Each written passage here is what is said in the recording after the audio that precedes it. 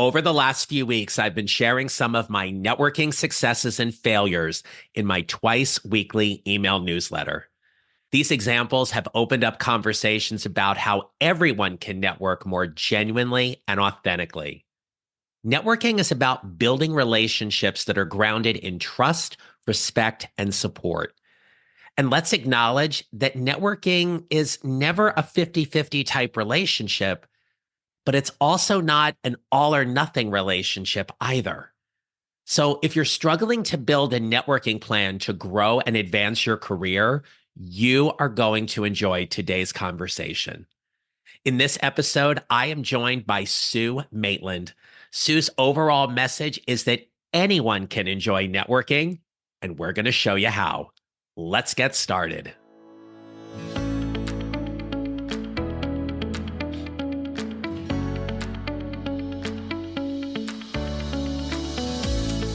Hello, my friends. This is the Mid-Career GPS podcast, and I'm your host, John Nerrill. I help mid-career professionals find a job they love or love the job they have using my proven four-step formula. At the top of the episode, I mentioned how I've been talking about networking in my twice-weekly email newsletter community. This is the place where I share career and leadership information, and it's the first place where I announce special events and member-only events. Now, I'm going to be hosting a free networking workshop later this month, and if you want to be a part of it, I want you to get on my email list. So to do so, visit my website, johnnerrill.com. You can also check the featured section of my LinkedIn or the show notes. But when you visit my website at johnnerrill.com, right there on the homepage, you're going to click on the link to join my email community. I'd be honored to have you be a part of it and come join the conversation with all of us. Now, today's guest is Sue Maitland. And Sue had a decades-long career in the world of IT consulting that included roles of programmer, project manager, recruiter, resource manager, and sales executives. And although she was considered successful, she never really felt inspired by her work in IT. In 2013, Sue followed her passion and trained to become a professional life coach and has never looked back. Sue's services include talks, online courses, virtual networking events, mastermind events, and one-on-one coaching. But it's Sue's passion for networking that brings her to us today. Because after overcoming her own resistance to networking and learning to love it, Sue is now a passionate advocate to help everyone cultivate a strong and supportive network. Trust me, you're going to want to take some notes during this episode. And it is my pleasure to introduce you to Sue Maitland. Hey there, Sue. Welcome to the podcast. It's great to have you with us today. Thank you, John, so much. I really appreciate the invite. Well, you and I got a chance to talk a few months ago, and I absolutely wanted to have you on the podcast. We're going to talk about all things networking today. But before we get started, Sue, what was your mid-career moment? Interesting. So I think my mid-career moment, it started before I actually made that decision to make the leap. And that was sort of this gradual awareness that I was not happy and satisfied with what I was doing. And then starting to think, somewhere down the road, perhaps I'd like to be a coach. And that was in the back of my mind. The actual moment when I decided to take the leap and leave corporate and sort of take that leap into training to become a coach, and was when the organization I worked for wanted me to become a regional sales executive, which meant traveling. And at exactly the same time, my darling father had been diagnosed with a terminal disease, and he lived here in the town the city I live in. And I just wanted to be here for him. And Mum, the last thing I wanted was be away traveling all the time. So this thing that had been bubbling in the back of my mind for the longest time suddenly came to the forefront. And I decided, I'm going to do it now. This is the right time. I talked to my husband. He was a bit surprised, but he was supportive. And I've never regretted it. I absolutely love what I do. I've been a coach now for over a decade. and it's the most rewarding work. I'm sure you understand. You're in the same business, so to speak. But it's that difference we can make in people's lives that's just so rewarding. It is, Sue. And one of the things that you highlight here, and it's often one of the things that I share with people either who ask me why I work with mid-career professionals, or even when I'm talking to potential guests for the podcast, is I remind them that as much as this is a mid-career focused podcast, and it often highlights a lot of mid-level leaders and professionals, one of the things we have to remember about this mid-career journey is that there's a part of it where so many people are raising their families and at the same time taking care of their aging parents. Yeah. And when parents get sick and we decide and we make that loving choice to step in and take care of them, our work definitely takes on a different lens because we're balancing so many things. And so I appreciate you sharing that part of your story, particularly because I know that's something so many of my listeners are facing or have faced in terms of taking care of their parents. Yeah, absolutely. I'm so glad that I did that, made that choice, Yeah. and that I had that time with them. Both my parents have now passed, but yeah, that and it helped me. Obviously, that career change of becoming an entrepreneur helped me when mum lived for another 10 years after dad, Mhm. and I was there for both of them. So I really Yeah. appreciate that. Yeah. Yeah, I can relate. My mom lived almost 8 years after my dad had passed. Mhm. And that was such a special time in our relationship as well. But I often say it's one of the most loving things we get an opportunity to do. So, You can make me yeah, emotional now, but I yes. know, right? We're okay. All right, changing the topic. All right, let's get back on. Oh, dear. That's why It's people so like good. these conversations, though, right? All right, Sue, you're on today because we're going to talk about networking. Mhm. And you know that networking, when we think about relationship building and what that means, there's an element of it where we give more than we get, especially initially. And when we were talking during the pre-show and leading up to this interview today, you had shared with me that there was a time when you felt like networking was unfair. Yes, yes, that was a crazy Tell Yeah, notion that tell us a little bit about what that thought means for you about networking is unfair. I think it was just to do with some things that had happened in my past. I had a bit of a story that perhaps people who got jobs or opportunities or um, just things, doors open for them because of who they knew was somehow cheating. It's really crazy. Fairness is one of my top values. So I realize now that that was potentially what was driving me, and I had some personal experiences around that as well, where um, yeah, that impacted that. But when I became a coach, I became an entrepreneur, and suddenly this story about networking being a bad thing, I had to revisit that whole thing, because how are you? I had this crazy notion that coaching makes such a difference in people's lives that they're just going to line up at the door to work with me. It doesn't quite work that way. You got to go out there and meet people and connect with them and find the people who actually need your help. And so that meant I had to network, and I had never enjoyed networking. I had actually had a real aversion to it. I'd had some quite unpleasant experiences with it, partly because I didn't understand it. I didn't really know what it was all about. And I would go to these events looking terrified. And then We all did. nobody really wanted to talk to somebody who looks terrified, right?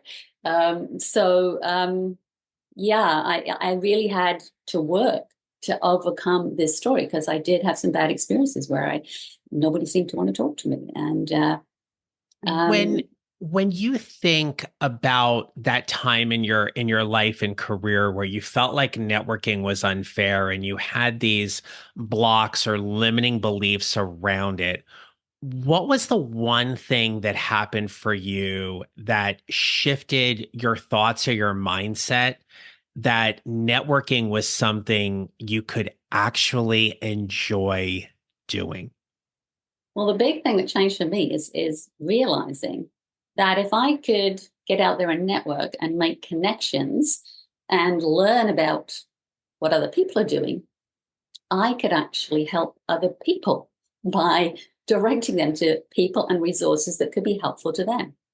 And so that was the breakthrough. I joined a business to business networking group, which forced me to introduce myself and every couple of weeks. And it was really scary at first. And then I got more and more comfortable with it. Then I got to know the people in the group. And I started to think, wow, these people could really help other people I know.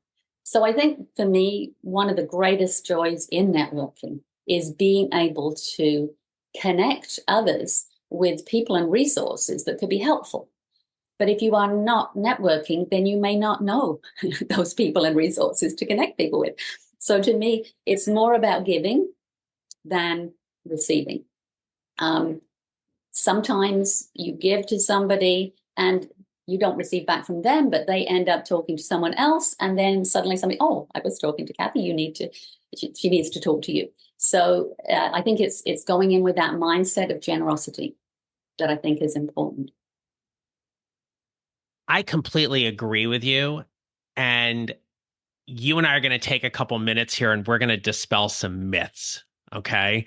So when someone's listening to this and they're thinking they don't believe they're resourceful or they have a great network or who they can connect people to, how do you help someone show up to a networking conversation where they believe that their resources and connections are so limited, they don't have anything or have much to give to someone else?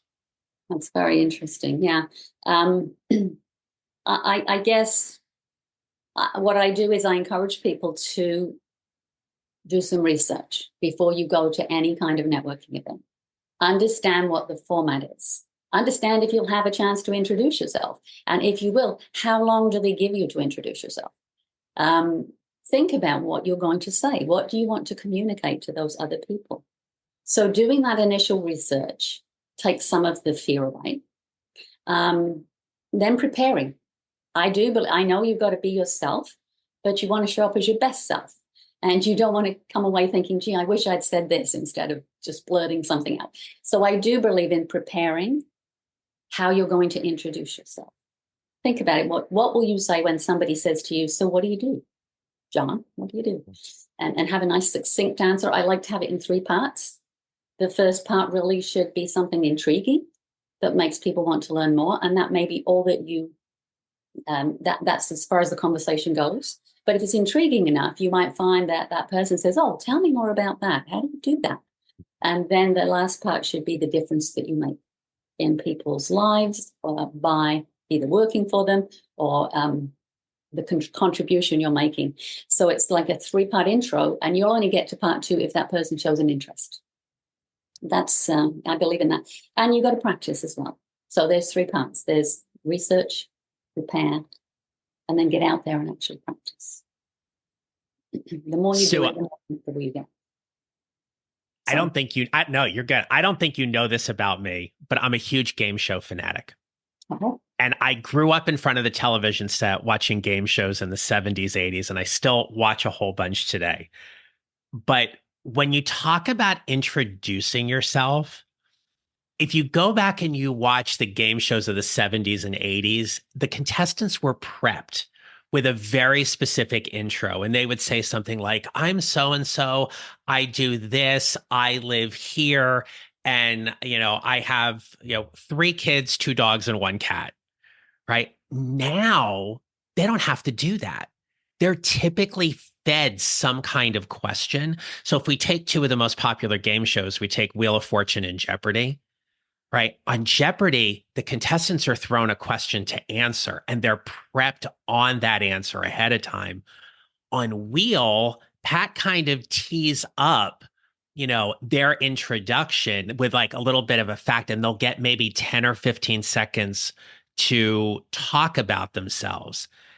I offer that in this conversation because when you're helping someone prep for an introduction at a B2B or a networking type event, and they only have 10, 15, 30 seconds to do that, how do you help people get the most bang for their buck in an introduction that gets people interested or intrigued in them?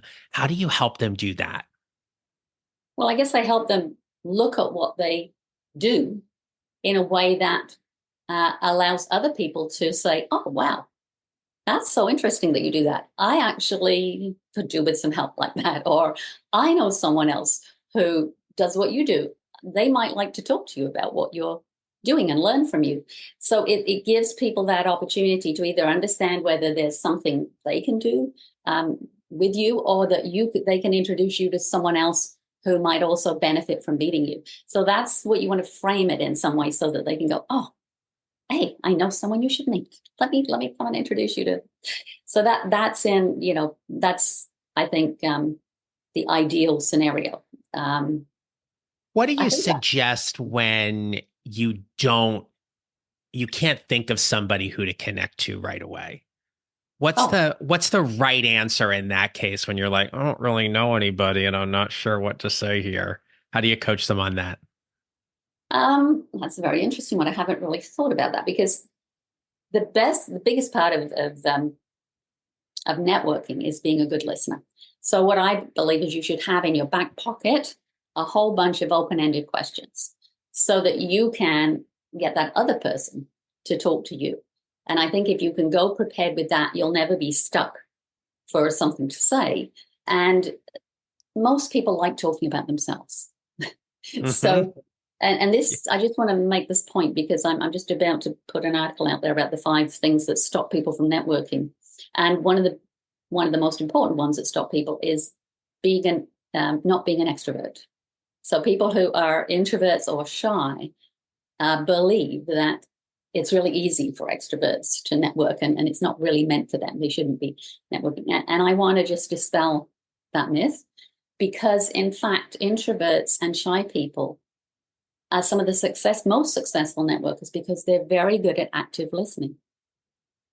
An extrovert has a tendency to want to talk and share, and they're not always as attuned to listening and then asking follow-up questions to get that person to tell you more. Whereas a shy or introverted person can do that. So I want you to know that it's for everybody, and anyone can be successful at networking with a little bit of research, preparation, and practice. I like how you call out that introverts can be tremendous networkers because of their ability to listen and build that connection.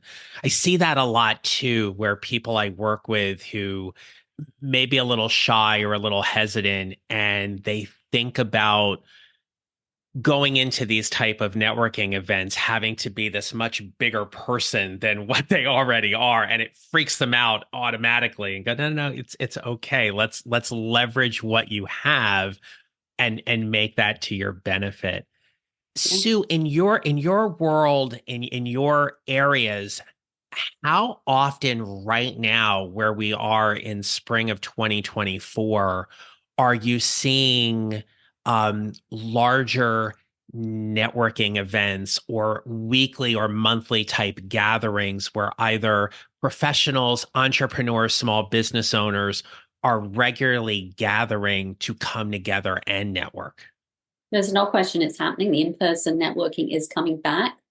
But I'm also seeing, and it's wonderful, there's nothing quite like having a face-to-face meeting with someone.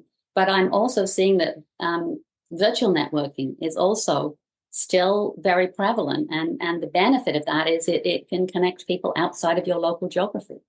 And so I'm quite active in a number of virtual networking groups. I actually host a virtual networking group for women in STEM. I was in the tech world before I moved there. So and that's a quarterly thing, and it's very well attended.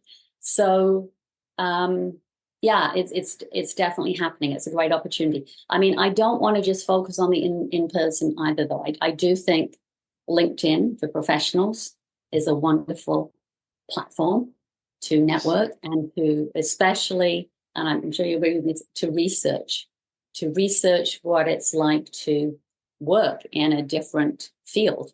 When I'm sort of working with someone who's thinking of making a change, first thing we do is they get to know themselves better and understand their values and the things they like to do. But then we start to explore possibilities. And I believe that the best way to do that is to talk to someone who's doing what you think you might want to do. Because what I've seen is so many people go off and train to do something, get into the job and go, oh, it's not what I thought. I don't love it. I got to do something different. So why not talk to people who are doing it and use that as and LinkedIn is a wonderful platform to do that.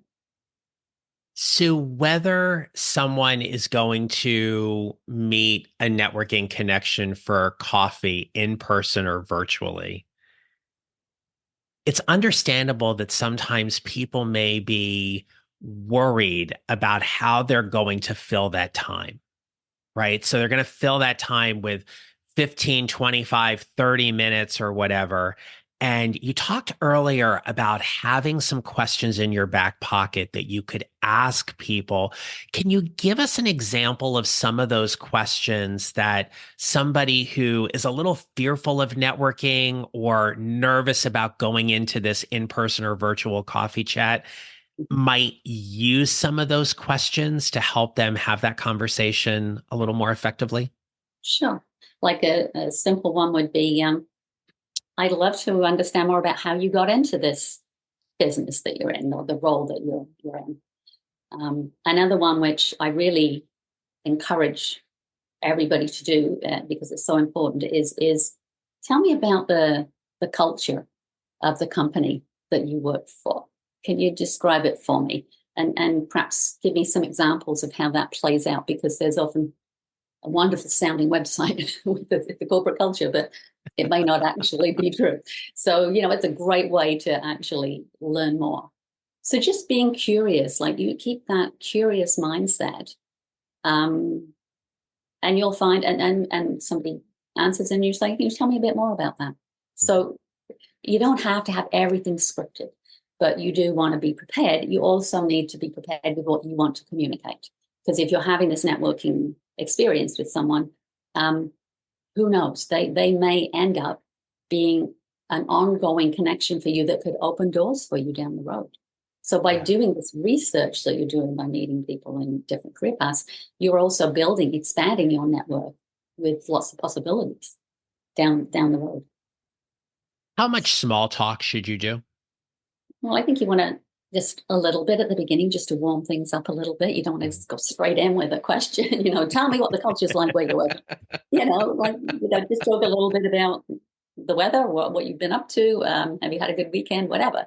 But then, it's okay. I think the thing is go into it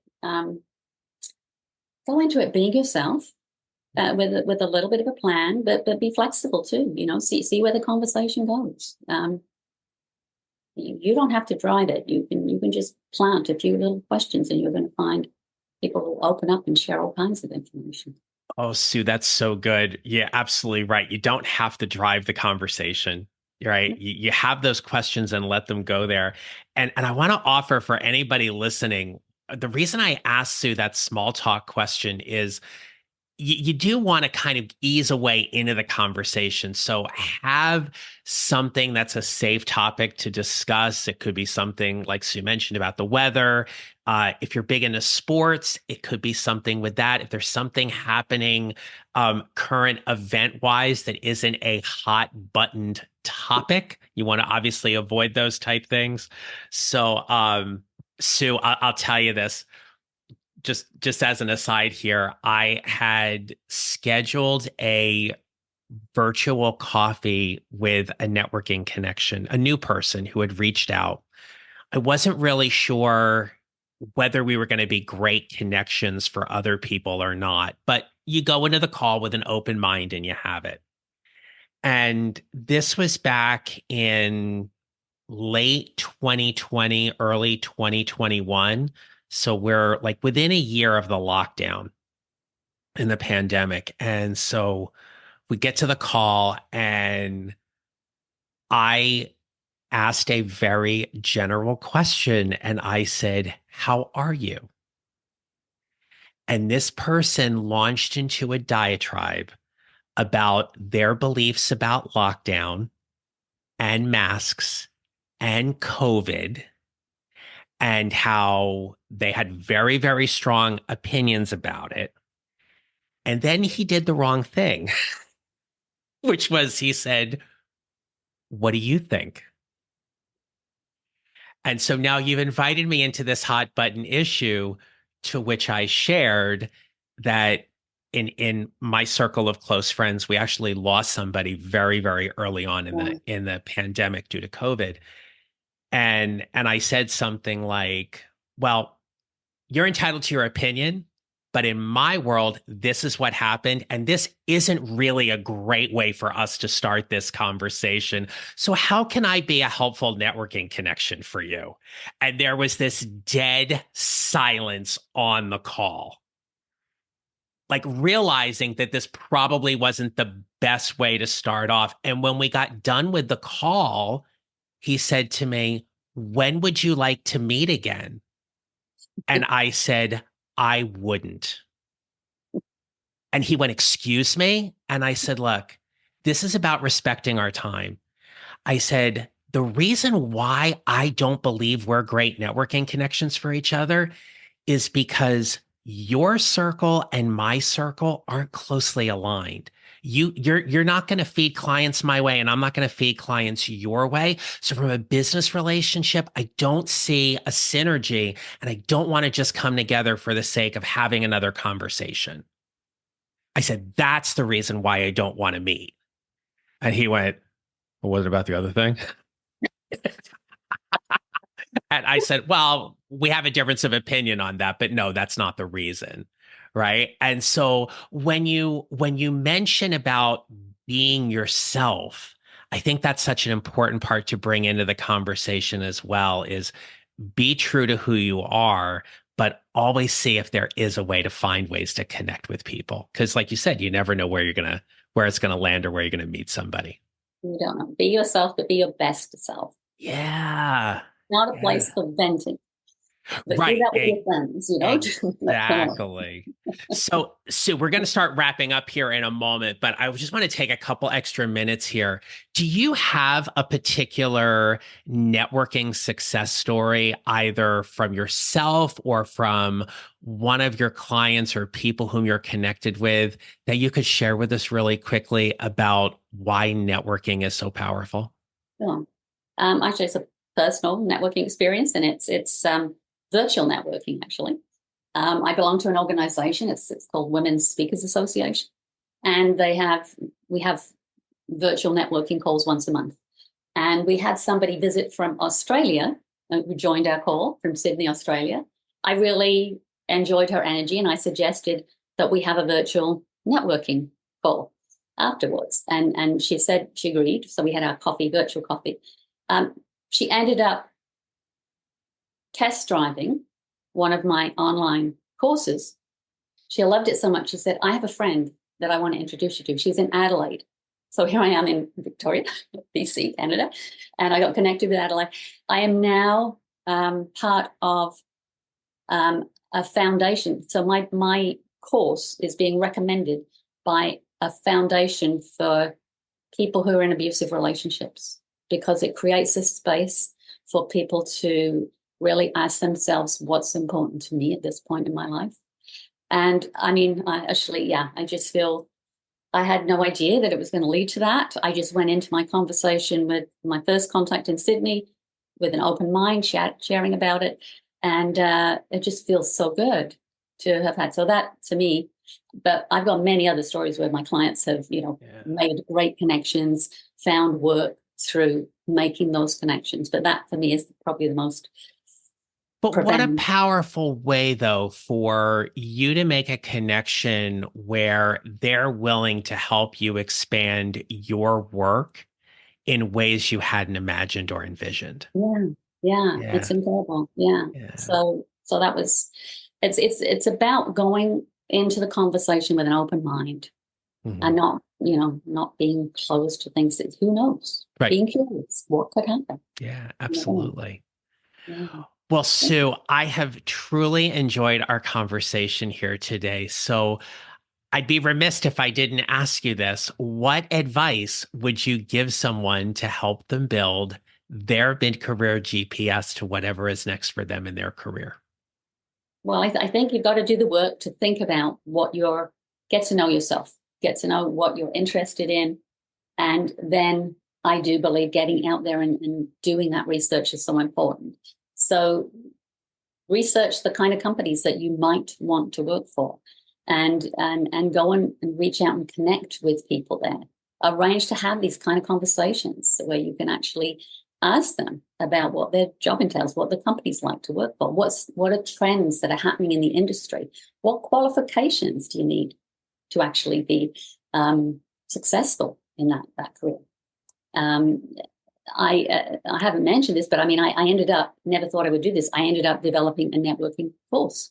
It's called Networking for Success, and it's actually on my website. And it does take people through that whole process that I went through. It was quite a journey from hating networking to not only loving it, but now being invited to speak at conferences and lead networking events. But I figured I wanted to help other people do that too. So that is actually available on my website. And then the other thing that we're adding to it is a community. So once you've completed the workshop, you actually get to practice your networking in a safe virtual environment with other people who are also learning to network. And we have some sort of mastermind classes as well. So it's I'm really excited about that. So Nice. yeah, yeah. Well, It's good. Well, Sue, look, if people want to learn more about you, connect with you further, connect to your digital courses, and I know there's something upcoming you want to share with everybody as well. I'm going to turn the mic over to you, and please tell us all the great things where people can connect and find you. Well, I love connecting on LinkedIn. So you should be able to find me if you go in and type Sue Maitland. I'm pretty sure you'll find me there. I'd love to connect. My website is simple. It's Sue Sue Maitland, no dot, Sue Maitland.com. And if you go into that website, you can sign up for my newsletter where I share actually tips from the world of positive psychology for living a more fulfilled and happy life. But you'll also find information on my online courses and blog posts, a lot of blog posts on networking and other things as well. So yeah, I think that's the best way to connect with me, through the website or through LinkedIn. Always love expanding my network. Ray, I will make sure all of that is in the show notes for people to go back and find. And we'll certainly be posting about this on LinkedIn. But Sue Maitland, thank you so much for being a wonderful guest on the Mid-Career GPS podcast. That was wonderful. My pleasure. Thank you so much for inviting me, John. I look forward to staying in touch. Absolutely. We're going to continue our networking thing as well. But my friends, look, your takeaway from today's episode is this: do your research. If there's one thing Sue really drove home about networking, is that you can't go into any kind of a networking conversation without doing your research and preparing for what's going to happen. Know the kind of event you're going to, whether it be one-on-one or a larger in-person or virtual networking event. Know the people who are going to be there, and more importantly, have a series of questions that you have either committed to memory or can easily access on your smartphone to look at and reference to keep that conversation going. And I will tell you, my favorite tip from Sue was, especially if you're an introvert, you do not have to drive the conversation when you're networking. Be a phenomenal listener, be engaged, ask wonderful questions, and always remember to give more than you get when you're networking. So until next time, my friends, remember this: you will build your mid-career GPS 1 mile or 1 step at a time, and how you show up matters. Make it a great rest of your day. Thank you for listening to the Mid-Career GPS podcast. Make sure to follow on your favorite listening platform. And if you have a moment, I'd love to hear your comments on Apple Podcasts. Visit johnneral.com for more information about how I can help you build your mid-career GPS, or how I can help you and your organization with your next workshop or public speaking event. Don't forget to connect with me on LinkedIn and follow me on social at John Neral Coaching. I look forward to being back with you next week. Until then, take care, and remember, how we show up matters.